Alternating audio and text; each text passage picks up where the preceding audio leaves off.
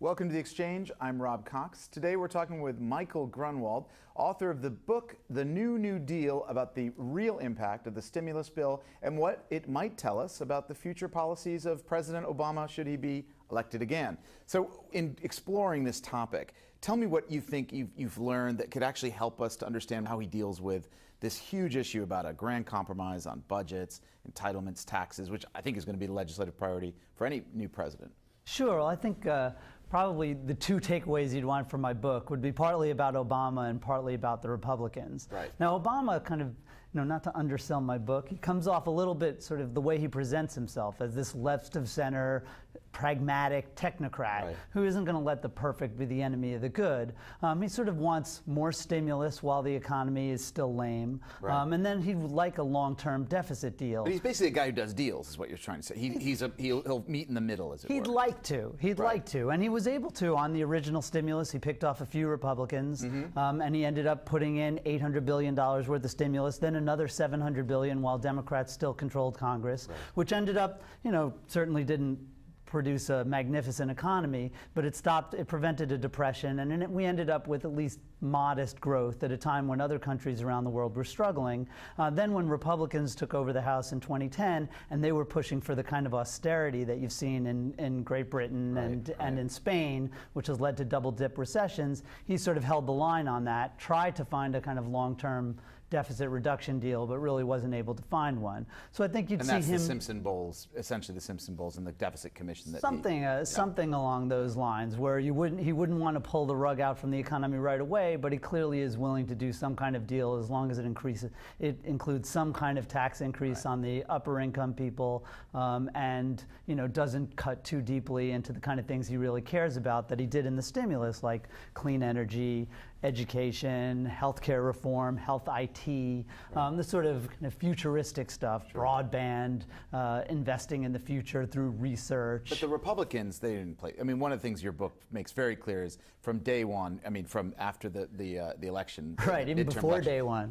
It was, we are going to get in there and do nothing. We're going to obstruct, and this will be our path to. And they were very open with me when I was doing the reporting about how they told me about these secret meetings that Eric Cantor and Mitch McConnell led, where they decided even before Obama took office that their path back to power was no. To stop any sort and of that they, for priorities. The stimulus, it was just to make it look like it's $800 billion worth of levitating trains to Disneyland, even though they had voted for a $715 billion stimulus that was really quite similar. But somehow Obama's $787 billion stimulus is Sharia socialism and the death of free enterprise. So they branded him as the guy who did this $800 billion waste, and then they decided to stop any legislative priorities, and that leads us to where we are today. Exactly. Which is at the moment, and we're going to get on Wednesday we're going to get the first presidential debate. We have, clearly it looks pretty clear that Obama's in the lead.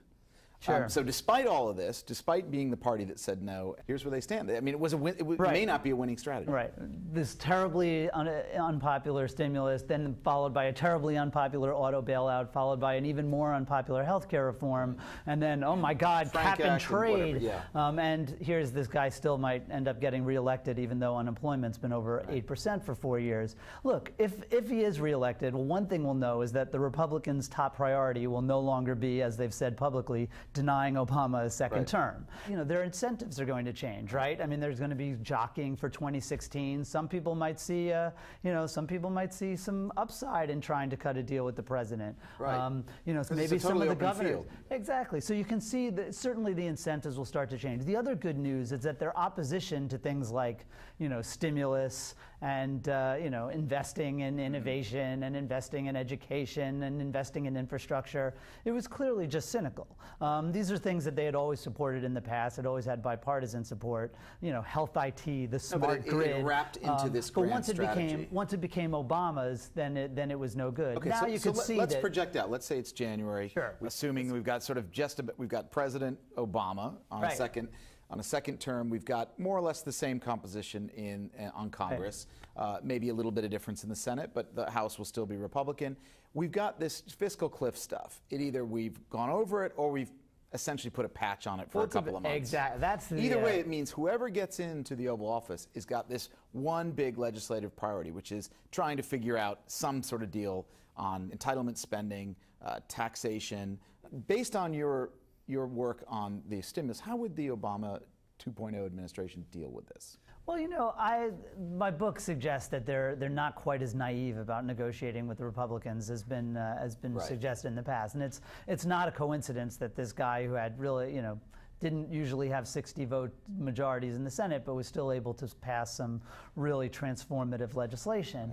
I think you are going to see, first of all, you'll see that can kick down the road, because you can already see Republicans who have been talking about You mean the fiscal cliff. We won't go over it, but we'll say July 4th of next year. Right, you can already see these Republicans who have been talking for 4 years as though Keynesian economics was like straight out of Marx. But now suddenly they're like, oh my gosh, there could be these terrible cuts that could end up harming the economy. And it's like, wait, cutting government spending actually hurts the economy? No, but defense spending is different. They hold that sacrosanct. Right, well, but the point is economically, and these are not like deeply held beliefs of theirs. And I do think Republicans in recent years have been really good about keeping their promises about cutting taxes and really bad about keeping their promises about cutting spending. The numbers bear you out on that one. Right, and I think you'll see, there will be interest from both sides in some kind of a tax reform deal. The question is whether Republicans will be willing to finally raise revenues, because they've really been holding their line in the sand. No, we won't cut out that loophole for corporate jets. No, we're not going to raise taxes on anybody.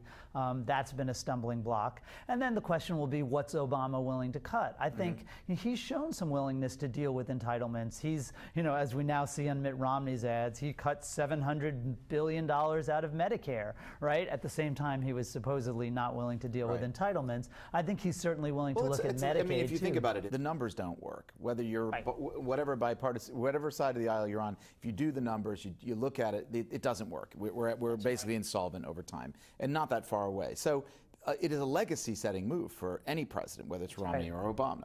I would think. And I think two things to remember about Obama is, first of all, and this is maybe ironic in a book about the stimulus, but he's a guy who really pictures himself more as sort of dad taking away the keys to the car than the teenager binging at the mall. He likes the idea of doing a big deficit deal. He likes doing big things, and he also likes being the voice of responsibility.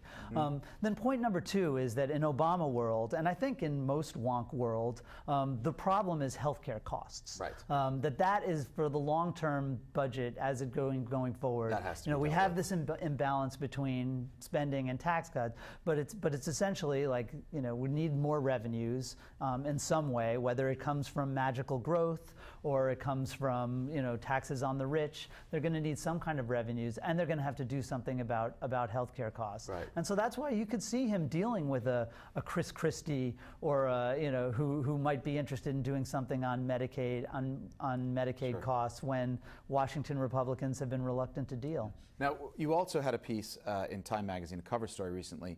Let's talk about that briefly. But basically, you pointed out that we're all makers and takers. In other words, we both benefit and give to the government. That's right. And believe it or not, this came out before 47%. But there was already a lot of talk about makers and takers. And part of the point of the story was that, first of all, anybody who works or anybody who has worked is a maker, right? We all pay taxes. We don't all pay what's called income taxes, but we all pay taxes on our income through Social Security, and we pay gas taxes and state and local taxes, property taxes, sales taxes, you name it.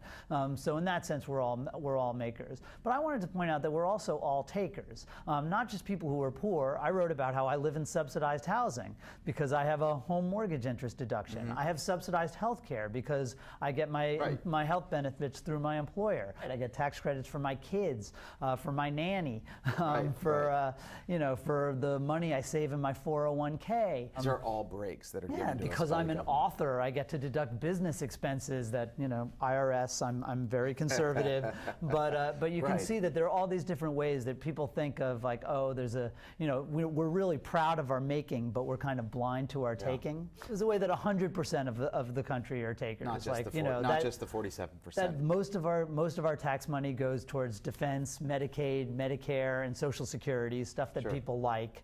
And there's another $1.3 trillion in tax expenditures that we don't count, we don't think of as spending, but we're all paying for it and we're all getting the benefit. All right. Well, thank you very much. Great to have you on the show, Michael. Thanks so much for having me. I'm Rob Cox. We'll see you next time on another edition of The Exchange.